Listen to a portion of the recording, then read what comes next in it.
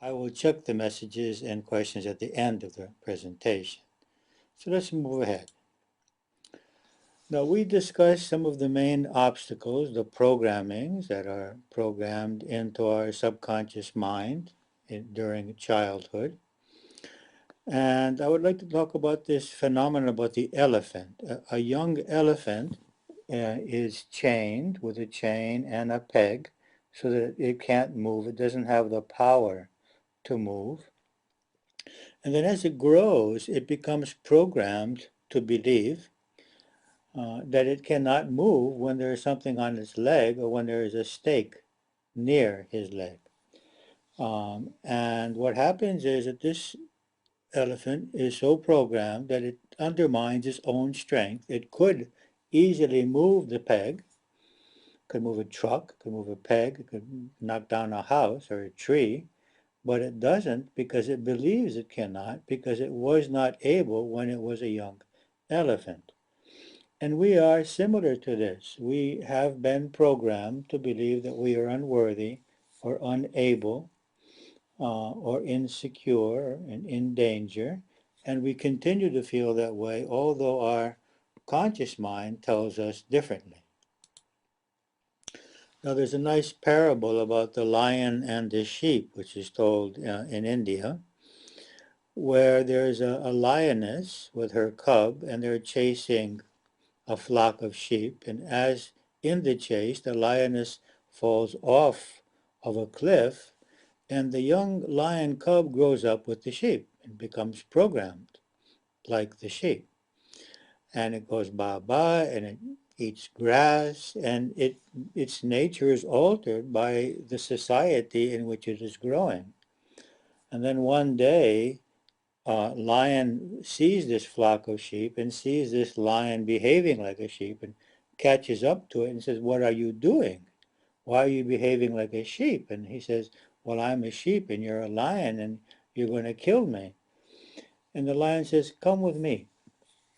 And he takes the lion down to the lake and says, "Look at yourself and look at me. What are you?" And he realizes that he's a lion. In the same way, we are born into a society which trains us to feel weak, unworthy, unlovable. And great beings like Christ and other divine beings come to earth and teach us the opposite. They said that you are expressions of God, that you are worthy of God's love and worthy of everyone's love, that you have power within you that you never have even thought of. So we are like the lion growing up with the sheep and being programmed falsely to doubt our self-worth, our security, our freedom, our power. Now, the concept of evolution is extremely important for the process of self-acceptance. We can accept ourselves as imperfect beings because we are in the process of evolution. And it's natural that we are not perfect because we are in this process. So we are lovable and acceptable as divine consciousness in the process of evolution. In the same way that a bud is equally worthy and lovable as the flower. It just hasn't become a flower yet. So we are like spiritual buds. We have all the potential to become spiritual flowers. We're in that process. There is really no benefit in the bud rejecting itself or us rejecting the bud saying you're not worthy or you're unworthy because you're not a flower yet. This would be ridiculous. And self-rejection will not help the bud become a flower. And so we, as spiritual beings, will not be helped by self-rejection. We need to attend to the fact that within us there's a much more beautiful being, and that we can continue to express that beautiful being more and more as we love ourselves and respect ourselves. We do not need to reject ourselves in order to become better. Another concept is the half-finished painting. Now, don't be concerned about the fact that this is a previous American president. It's just the only images that I've found of a progressive painting. And what we see here is that the painting at every stage of its development is what it needs to be in order to become its final uh, event, the final painting. So we are all like half-finished paintings. We're in the process of perfecting ourselves. We could not be anything else than what we are at this process of our evolutionary process, just as this painting could not be anything else than what it is at each process, and it is perfect for the state of its perfection. So it's perfect as it is in the process of becoming perfected. So we are the perfect expression of ourselves that we could be at this moment. We are not complete. We still are in the process of becoming perfected. So we need to accept ourselves as we are in this perfection process. In the same way, a first grader, a young child, is equally worthy of love and respect as the university graduate, as a university professor. More knowledge does not make us more lovable, more worthy. Every being, regardless of his amount of knowledge or ability, is equally worthy of love and respect. Often when we cannot perform, when we cannot succeed, we feel rejection. We may reject others when they are not able to be okay, capable, or to fulfill their responsibilities. We may reject ourselves. We need to think of the two legs of self-acceptance and self-confidence, that someone may have had these legs broken in their childhood. We may have had these legs broken. Others who we tend to reject may have had the legs of self-acceptance and self-confidence broken, and they're not able to perform. They are still divine beings. Of course, we will want to heal our legs of self-acceptance and self-confidence. We will want to encourage others to do the same. But none of us are unworthy when we are not able to achieve. Our worthiness of love and respect are based on our essence and not what we can do or appear, how we appear. Imagine a person in a coma. This person can offer nothing to anyone. They are not able to perform any actions. Their appearance is certainly not beautiful. They are costing perhaps $1,000 or even more dollars a day. Are they equally worthy of love? Of course. But they're not worthy of love because they're doing something for us, or because they're able to succeed or run a company, or their appearance is good. They're worthy of love because they are divine consciousness in a body. And that makes us respect and love this being, and even spend thousands of dollars and hours of time tending to this being, to this consciousness in a body which perhaps cannot even speak or digest or do anything. So the source of our self-worth comes from our divine essence, which is always there, whether we can do things or not, whether we succeed or not, regardless how we compare to others. It's based on our divine essence. Now we're going to look at some positive beliefs and perceptions, which are pretty much the opposite of the beliefs that we spoke about last week, which if you haven't seen, you can see on YouTube. And these positive phrases and perceptions, truths, as far as I'm concerned, can be used in many ways. One way is by written affirmations, and we'll see how that's done. Another is in the deep relaxation with positive projection techniques. We can speak them into a mirror as we look at ourselves. We can use energy psychology to program them into the mind. We can use hemisphere balancing techniques to program into the subconscious. We can use regressions to the inner child in order to relive the past with the truth, and we'll talk about that. And we can express them through art or dance or any creative expression. And we can behave as if we already believe and experience these truths. So what are these truths? I am worthy of love and respect as I am, regardless of what others believe about me or how they behave to me. No one can diminish our self-worth by thinking less of us, by speaking badly to us, or by disrespecting us or criticizing us. It's it's a divine, we are divine essence, we are divine consciousness in a physical body, and that is where our self-worth is based. No one can change that. My self-worth is independent of how I compare with others. So we are all unique and equally worthy regardless of our differences. So we need to cease comparing ourselves. We're always going to find someone who is doing something better than we are, and of course many people doing things with less ability and less success than we are. And it's a shame to create all of this feeling of separation and to feel more or less worthy, higher or lower, when this is all an illusion. Our self-worth has nothing to do with how we compare to others, and others' self-worth has nothing to do with how they compare to us.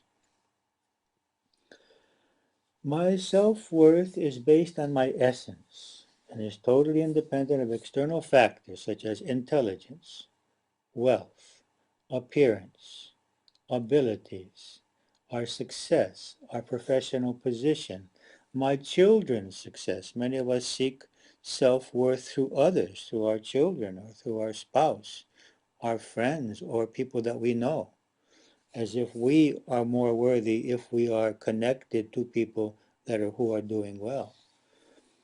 It has nothing to do with our parents or with our home or whether or not we are attractive to the opposite sex. These are all social illusions, social programmings, which have nothing to do with the divine truth and nothing to do with who we really are. These are temporary life situations which we have chosen and which we are creating for our evolutionary process. We want to attend to them. We want to be as successful as we can. We want to create as much happiness as we can for ourselves and other people, but that does not change our self-worth. And here we see a chart which helps us to measure, which helps us to understand how we tend to measure our self-worth. We can see on the left-hand side here three concentric circles. In the base, we have the soul. That is our identity. This is what we are. As souls, we express ourselves in each incarnation through a specific personality, mind, and body that we create for the purpose of manifestation in this physical realm. This personality is enclosed in a system of beliefs. Each of us are programmed with certain beliefs as children, and we develop new beliefs as we move on. These beliefs create motives, and motives generate efforts towards certain results. We want to make money, we want to create homes, we want to create relationships, we want to be happy. We seek to create the reality that we would like in order to be happy. And then what happens is we begin to evaluate ourselves based on the results. But not only on the results, on our perception of the results, but by others people's perception of the results. We want to know how others see us, if they like the food that we cooked, if they like the painting that we painted, the lecture that we gave, the book that we wrote, if they like what we have done, if it's acceptable to them. And often we do not evaluate ourselves based on their perception, but our perception of their perception, which may not always be the same. We may feel that they did not like what we did and feel rejected when they may be actually liking it. So what we need to do here is to evaluate ourselves only in two ways: by our motives, whether they are pure, and by our effort, whether it's the best effort that we can make. There are many other factors in the universe affecting the result. There's our karma, our our soul choices. There's the universe around us, other beings participating in helping or obstructing the results that we want. It's not just our effort. Our effort is one aspect of the creative power. And we need to understand that and to seek to cease evaluating ourselves in terms of the results and just ask ourselves, have I made my best effort here in raising my children and seeking to create this objective that I have? Did I do the best that I could at the time with my programmings, with my beliefs and my life situation? That's all that I can ask of myself. We can continue making better and better efforts toward the results, but we need not to evaluate ourselves in terms of the results, but by the quality of the effort. Now, we tend to confuse some basic concepts. We tend to confuse intelligence and ability with self-worth. Being intelligent and being able does give us the right to greater responsibility and authority. We're able to handle authority and responsibility and to create results. But that does not make us more worthy of love and respect. Love and respect is also the right of those who are not intelligent or not able at this time. Being ethical gives us the right to trust, confidence, responsibility, and freedom. If I'm not going to be ethical, then I may have to be limited. I may have to be confined in jail if I'm going to be stealing or cheating or lying. So I lose the right to freedom or to confidence or to trust, but I do not lose the right to be loved and respected. And we need to understand this. We need to love and respect every being, including ourselves, even though they cannot be ethical. We may have to limit them, confine them, even take them to court if necessary. That's okay, with love, but not have hate towards them or towards ourselves. We're all in a process of evolution, of becoming more ethical, of becoming more intelligent, and becoming more able. So what gives us the right to love and respect? By being an expression of the divine. Now there's an interesting thought here. We have all read or heard that man is created in the image and likeness of God, of the divine. And some theologians interpret that in the following way, that the image is to be taken for granted in all beings. Even the thief and the murderer have the image of the divine in them. The likeness is what we manifest from the image, how much we have brought that image into our daily life, into our behavior, and our way of thinking. So we all have the image of the divine within us, the potential to be divine. This is called theosis, to become like the divine in our values and in our ethical behavior. But we are in the process of manifesting that. But we all are all expressions of the divine. I am equally worthy when others are receiving more attention than I am. Neither am I more worthy when I'm receiving more attention than others. So we need to let go of this idea that we are less worthy when others are receiving more attention and we are receiving less attention.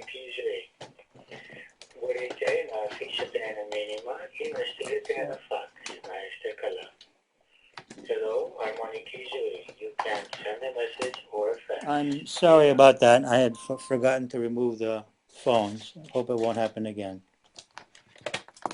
So let us continue. I'm just removing, I have about 5 phones here.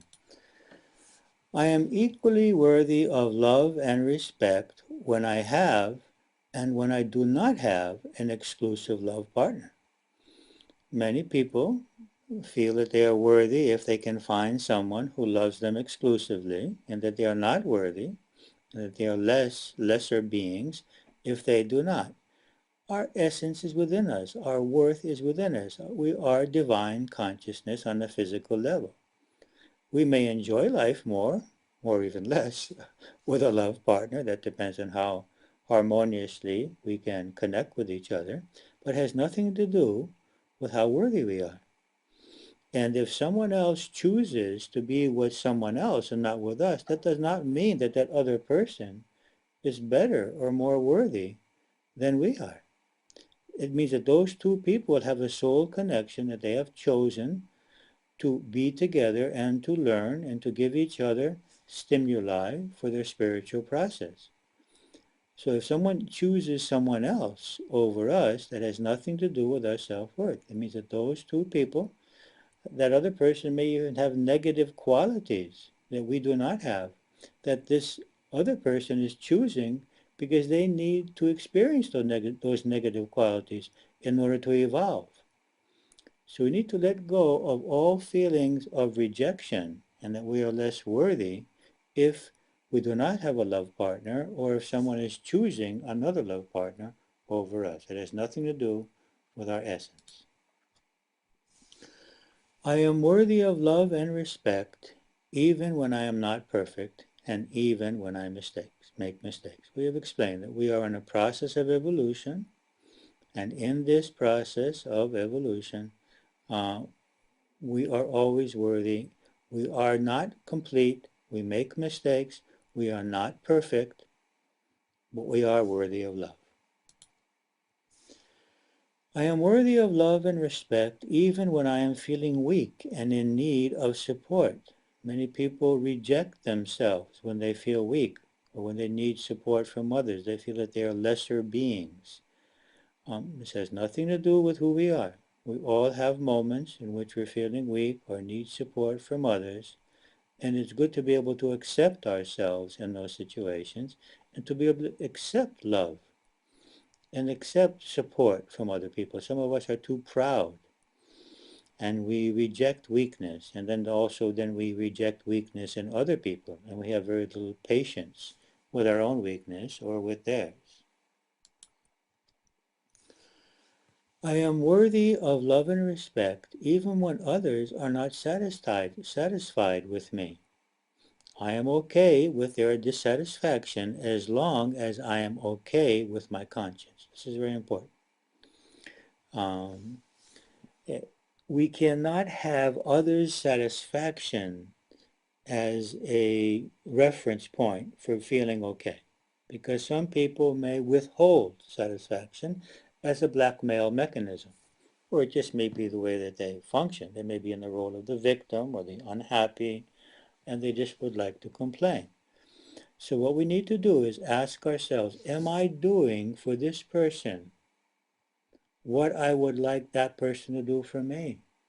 And just check with our conscience. If our conscience is okay, then let's be okay even when others are not satisfied. If we feel that we can offer more, let's offer more. Let's serve them more. That doesn't make us more worthy. It may make us happier. It may make us more aligned with our higher self because we're letting go of personal needs. But we need to let go of feeling unhappy and unworthy when others are not showing satisfaction. Let us do the best we can. Let's explain that to the others. And if we're okay with our conscience, let's be okay. I am worthy of love and respect even when I cannot or choose not to say yes to what others ask of me. And we need to learn to say no with love. And being able to say no with love allows us to say yes with love. Perhaps in a future webinar we will talk about freedom, because if I'm not free to say no, then when I say yes, I often feel suppressed, because I feel that yes, there was no other choice. And so I may even start harboring negativity towards that person even though I say yes. So it's important to know that we are worthy of love and respect even when we have to say no or choose to say no. But in order to be able to do that, we have to be able to love others when they say no to us. So it's a two-way street. If I am able to love others when they are not able or willing to comply with my needs, then in certain situations, I may need to say no and feel that I am lovable and not feel rejection and not feel guilty. It's wonderful, of course, whenever we can, out of love, do for others what they're asking, but there may be times when what they're asking is not good for them, and we may be harming them by doing for them what they could be doing for themselves. My self-worth is independent of how what I give compares to what I receive. We already mentioned this last week, in the last class, that some of us tend to feel that we need to give more than what we receive from others in order to be worthy, that the person who gives more is more worthy. We need to let go of this. We are not giving because we're loving. We're giving to gain our self-worth. And that's not giving, that's taking. So we need to be able to let go of this perception and understand that our self-worth is independent of how much we give or how much we receive, and just receive and give out of love, nothing else, not dependent on self-worth. My self-worth is independent of whether others are able to trust and confide in me or not. So some of us feel rejection when others refuse to confide in us or trust in us. It's like they're saying to us, well, you're not a good person if I don't trust you. That's how we interpret it. But the very fact is that in most cases, these people have their own problems, their own fears of revealing themselves. And it has nothing to do with us, and certainly nothing to do with our self-worth. So we need to be able to feel okay when someone chooses, when they're aloof or fearful, and choose not to confide in us, not to share their feelings or needs, or to tell us what's going on within them. My self-worth is a reflection of my divine origin and has nothing to do with family, religion, economic, or social status, or any other grouping. So we need to let go of all of these stratifications, social stratifications, economic status, educational status, religion, nationality. We are all equally expressions of divine consciousness. We all have that image. We may not have all of the likeness to the same degree. Some of us may be manifesting more of that likeness, but the image, the consciousness is within us. I love and accept myself exactly as I am, including my weaknesses and faults, at my present stage of my evolutionary process. So the key word here is my present stage. It's a stage of my evolutionary process. I'm not perfect, otherwise I wouldn't be here, unless I was an avatar who just came to serve humanity. I'm here because I'm still in this process, and I've come to learn, and I'm lovable as I am in that process. I am beautiful, just as I am, just as all of nature, of which I am an expression. So each of us is uniquely beautiful, as we are. We need to do nothing to change our appearance. It's a shame to waste all of this money, time, and energy. Let's keep a clean body, a clean mind, happy thoughts, a smile on our face, and we're beautiful. My self-worth is based on my inner being, my existence itself, my divine nature, and not on any external factor. So just Imagine that light in your chest, in the center of your being, within you and around you. This is what your self-worth is based on. Your divine consciousness, which is within you and around you. My self-worth is based on the truth that I, as all other beings, am a unique expression of divine creation. My self-worth cannot be increased nor decreased by others or myself. I do not deserve more or less love and or respect than any other being. And we are all equally loved by the divine and by all angelic beings and all spiritual beings, by Christ and every other expression of the divine. We are all equally loved, no matter what we do. Even though I am not perfect and I have a number of faults, I deserve love and respect as I am, just as I respect and love others as they are with their faults.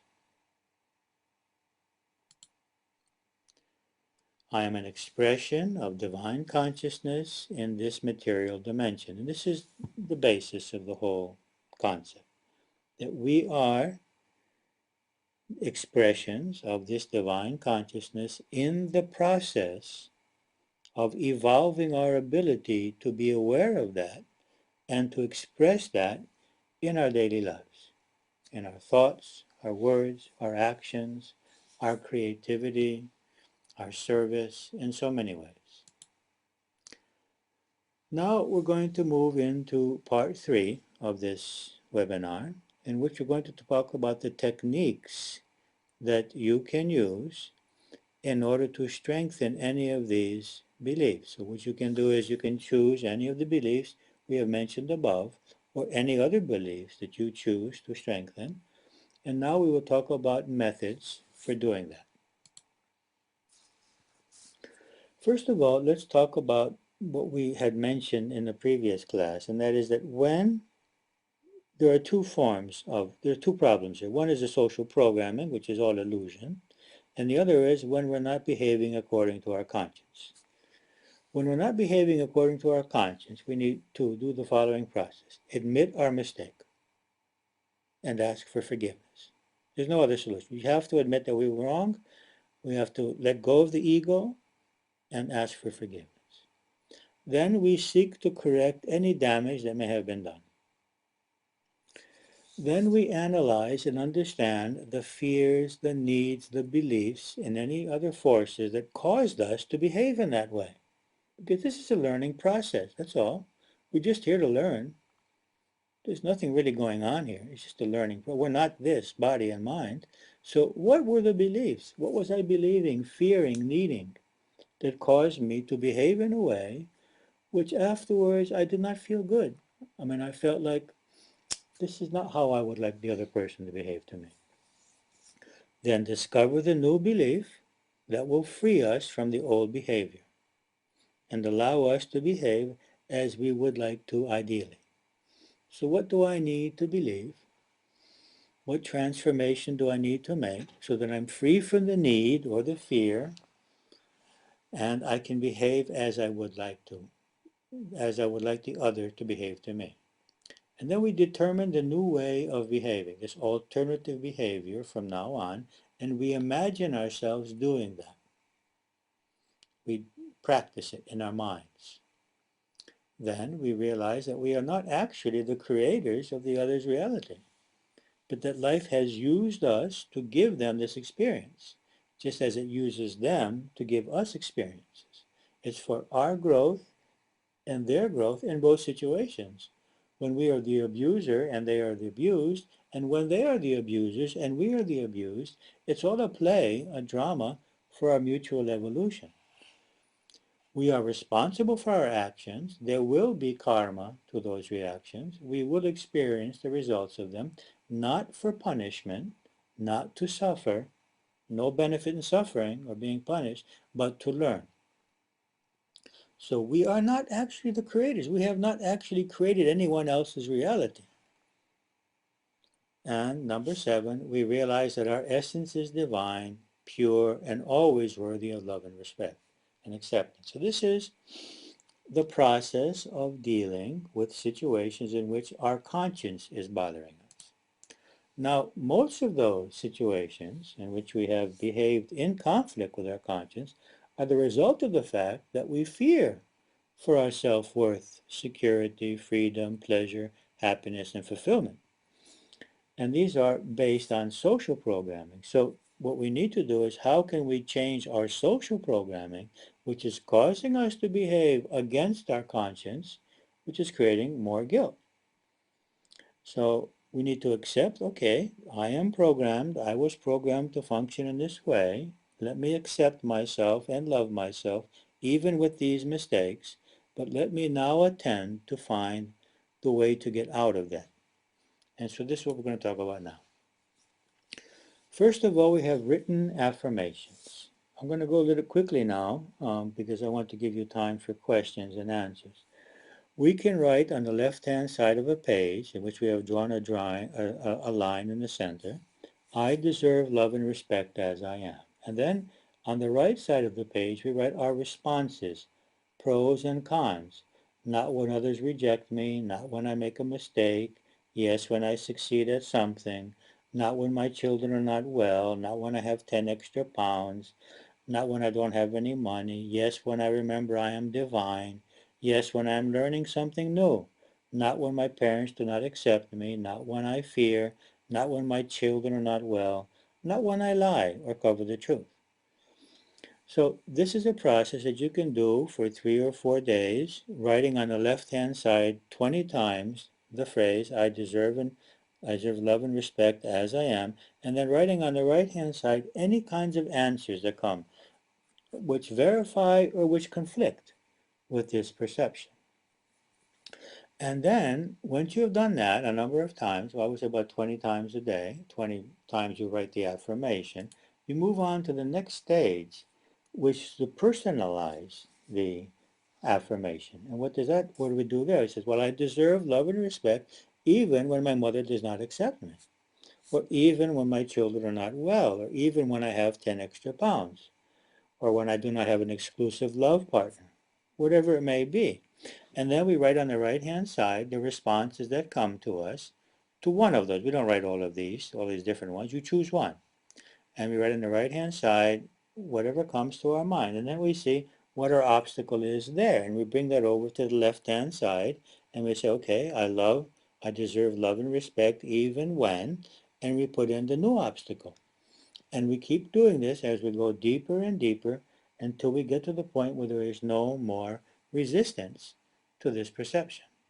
These new perceptions, these beliefs or truths into our mind in the state of deep relaxation. So we can learn to do relaxation, let all of the body and the mind relax deeply, and then begin to focus on these truths and repeat them in our mind or visualize them as images, visualize ourselves experiencing these truths in our daily lives, and perhaps more specifically in situations where previously we lost our sense of self-worth and we felt rejection or guilt or fear or hurt or anger, and that we are able to maintain our sense of love for ourselves and, of course, equally important, our sense of love for the others. We can do the same process verbally by speaking to the mirror. I deserve love and respect as I am, or we can speak to the mirror saying, you deserve love and respect as you are, and repeat this a number of times and say anything else which is important to us to say to ourselves. It's good to have a conversation with ourselves occasionally, express our love to ourselves and our concerns and our needs, and perhaps ask help from ourselves. It's an interesting method, speaking to a mirror. Now, probably most of you know EFT or TAT or WHEE or BSFF or any number of these new methods. And there are ways to do tapping in which we can internalize positive thoughts. We don't have to tap only on the negatives, for example. Even though I reject myself when my mother criticizes me, I love and accept myself. There is the choices method. And the choice method says, even though until now I have felt unworthy and demeaned when my mother criticizes me, my spouse looks at other men or women, I fail at some effort, I speak harshly to my children. You choose one, you choose anything, you don't have to be of these, whatever is obstructing you. You say, even though until now I have felt unworthy and demeaned when, then I now choose to remember that as an expression of divine consciousness in the process of evolution, I'm always worthy of love and respect. And you can choose any of the above phrases or any other phrase that you may think of. And this is the setup phrase for the EFT with choices. And what we have here then, we have the divine consciousness as the reminder phrase that we're going to use when we tap. But it could be anything. But it should be short, 3 to 5 words at the most. So you can have a long explanation for your setup phrase. I choose to remember that as an expression of divine consciousness. But you would always need a short phrase for the tapping process. And then what do? You go through the tapping process, and if you don't know about this, then go to our site or go to the YouTube or any other site and learn EFT. I've got a video there which is about 20 sections or 17 sections on YouTube, but you can learn to do EFT. And I think it also mentions the choices.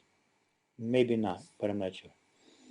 So you do the first round tapping on the negative emotion, which is self-rejection or guilt or fear or shame. And then the second round, you repeat the positive phrase at each point that you tap. At the top of the head, at the eyebrows, the side of the eyes. At each point that you tap about 7 to 10 times, you're now repeating the positive phrase. Not the whole thing, the short phrase that connects you to that, worthy of love and respect or divine consciousness. And then in the third round, you alternate. So at the top of the head, you say your negative phrase, and then at the eyebrows, you're positive, and then the negative at the side of the eyes, and the positive at the cheeks. And in this way, you go through all the tapping points, alternating between the negative, feeling guilt, self-rejection, whatever it may be, to I'm divine consciousness or worthy of love and respect, or I accept myself as I am. And this connects these two concepts. What you're doing here is you're changing an association so that every time the negative perception comes to your mind, you've connected that by this tapping process to the positive. So it's one round with the negative, second round with the positive phrase, and third round with the alternative each point. The WHEE, the holistic hybrid of EFT and EMDR, does it slightly differently, but it's the same concept. Now, in energy psychology, there is the concept of the tabletop. So we may have this tabletop of self-doubt, okay, which is created by hundreds of experiences underneath. These are all the legs of the table. So in order to change the self-doubt, which has been created by hundreds of experiences of the past, we need to remember some of them at least, about 10% of them perhaps, and do the tapping on those experiences of the past that created the self-doubt. And what about 10% of those, if there's 100, if we do it on 10 of them, the whole table falls down because we've removed enough legs that this whole perception of self-doubt is removed. So you may need to work on the past, not just on the feeling of self-doubt today, but all of those childhood, not all of them, but many of those childhood experiences, or even from a few years ago, that may support the tabletop of self-doubt. We may do a seminar separately on these energy psychology techniques. Now, there's another method that you can use. It's called hemisphere balancing, in which you cross your feet and your hands in a specific way that you can see here by my friend Sophia. And you focus, when you're in this position, with the legs crossed and the hands crossed in a special way, You focus on the truth that you want to install. You repeat it over and over peacefully, feeling that it's true. You don't repeat it in a way that you're trying to convince somebody. You're simply stating the truth, that you are worthy of love and respect as you are. You're not convincing anyone. You're just experiencing the truth. Now, it's more complicated than this, but I'm just giving you the basic idea. Then you bring to your mind some images and scenes in which you see yourself experiencing that fact. That may be in pleasant scenes such as nature or on the sea, or maybe in scenes in which you in the past felt self-rejection or guilt, and you see yourself in the scene feeling good about yourself and good about others. And then you begin to focus on the feeling of this inner worth, and you allow that to flow throughout the body and mind, and enjoy that feeling, the feeling of inner worth within you. And this situation, the legs and the hands, causes a balancing between the two hemispheres of the brain, allowing this perception to be more easily accepted. We can do regressions to the inner child, to the past, or in some cases perhaps even to past lives, but the inner child is the most important thing here. And we relive the past with the truth. As we go to an experience in which we felt rejection or pain or fear or abandonment, whatever it may be, and we go through that experience again, reliving it with the truth.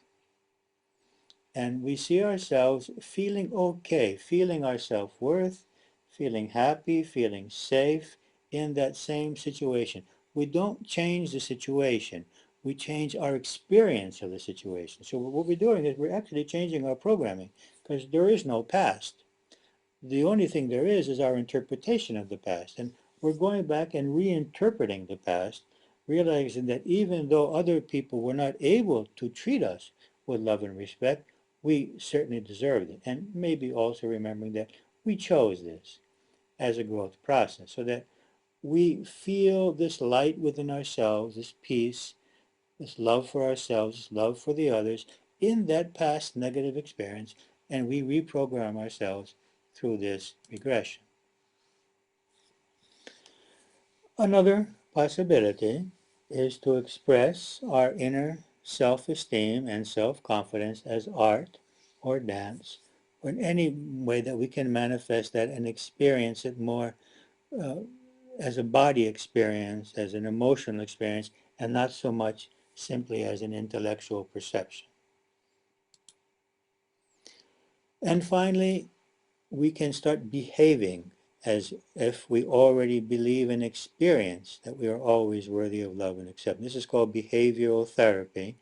We behave as we would if this belief was already deeply installed within ourselves. And by behaving in this way, doing what we would do if our self-esteem was increased, and ceasing to do what we would not do anymore if we did not need approval or acceptance from other people, or we're not attached to certain situations such as our appearance, things that we would not do, and by behaving in that way, our mind is altered. So the behavior, in this case, changed the perceptions.